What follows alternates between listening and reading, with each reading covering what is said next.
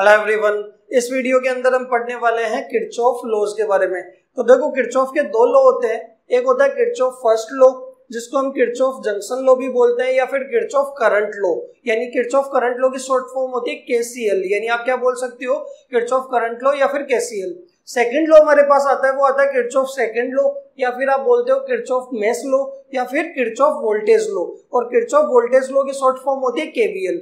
ठीक है, तो इस वीडियो के अंदर हम पढ़ने वाले हैं किरचॉफ का फर्स्ट लॉ या फिर जंक्शन लॉ, या फिर इसको हम बोलते हैं Kirchhoff current law, KCL.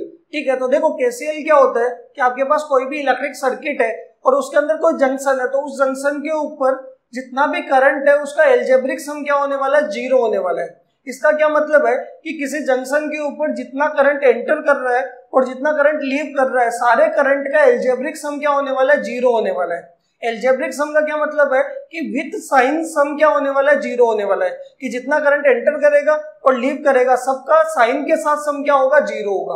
Clear है। और इसके अंदर आप ये भी बोल सकते हो कि जितना करंट एंटर कर रहा है उन सबका सम क्या होगा, बराबर होगा किसके, लीविंग करंट के सम के। कि जितना करंट एंटर करेगा उतना को उतना क्या करेगा, लीव करेगा, तभी तो क्या होने वाला है, एल्जेब्रिक सम जीरो होने वाला है। क्लियर है। तो इसके स्टेटमेंट की हम बात करते हैं।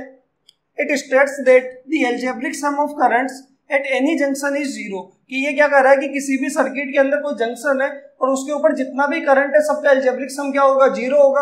और सेकंड स्टेटमेंट इसका है कि the sum of currents entering a junction is equal to the sum of the currents leaving that junction. कि किसी करंट के ऊपर जितना करंट एंटर कर रहा है उन सबका सम इक्वल होगा उस जंक्शन से जितना करंट लीव करेगा उनका सम। यानी एंटरिंग करंट का सम और लीविंग करंट का सम क्या आने वाला है, बराबर आने वाला है। बताओ क्लियर है। ये आपका कौन सा लॉ है, केसीएल, किरचॉफ करंट लॉ, या फिर आप इसको जंक्शन लॉ भी बोलते हो, या किरचॉफ फर्स्ट लॉ। तो देखो इसका मैथमेटिकल एक्सप्रेशन क्या होने वाला है।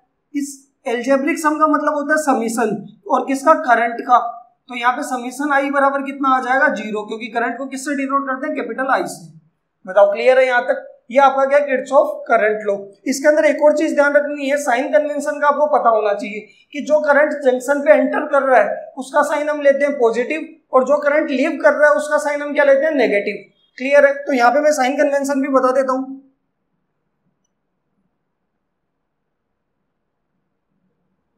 कि एंटरिंग करंट का साइन आपको क्या लेना है, एंटरिंग करंट का साइन होना चाहिए पॉजिटिव, और लीविंग करंट का साइन होना चाहिए नेगेटिव। बताओ क्लियर है। तो देखो इसको एक डायग्राम से समझते हैं कि मान लो हमारे पास ये जंक्शन है। ठीक है, इस जंक्शन के ऊपर यहाँ पे कोई करंट एंटर कर रहा है, कितना, I1। यहाँ पे आपके पास करंट एंटर कर रहा है, कितना, I2। यहाँ से आपके पास एक करंट इसके अंदर लीव कर रहा है, कितना, I3। यहाँ पे आपके पास करंट लीव कर रहा है I4, और यहाँ पे एक करंट एंटर कर रहा है, कितना, I5। ठीक है, ये जंक्शन है। तो हमें पता है जंक्शन के ऊपर जितना भी करंट है सबका एल्जेब्रिक सम क्या होने वाला है, जीरो होने वाला है। यानी एंटरिंग करंट और लीविंग करंट का सम क्या होगा, जीरो होगा।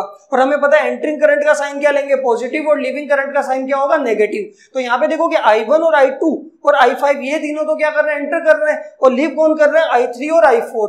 तो देखो इसको यहाँ पे ऐसे लिख सकते हैं कि आपके पास I1 प्लस I2 और माइनस का I3 माइनस का I4 और प्लस का I5 बराबर क्या होगा, जीरो होगा।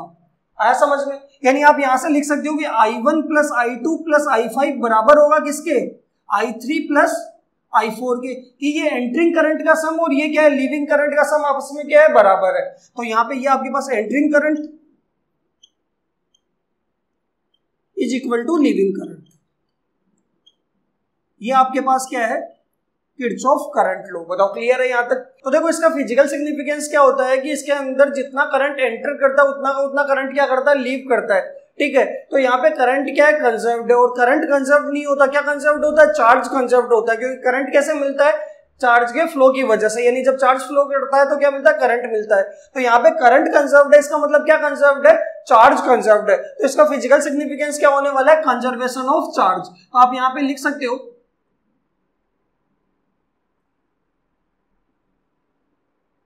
इसका फिजिकल सिग्निफिकेंस होगा, वो होगा कंजर्वेशन ऑफ चार्ज। बताओ क्लियर है यहाँ तक। तो ये आपका केसीएल की जितना करंट जंक्शन पे एंटर करेगा सर्किट में उतना का उतना क्या करने वाला है, लीव करने वाला है। क्लियर है यहाँ तक।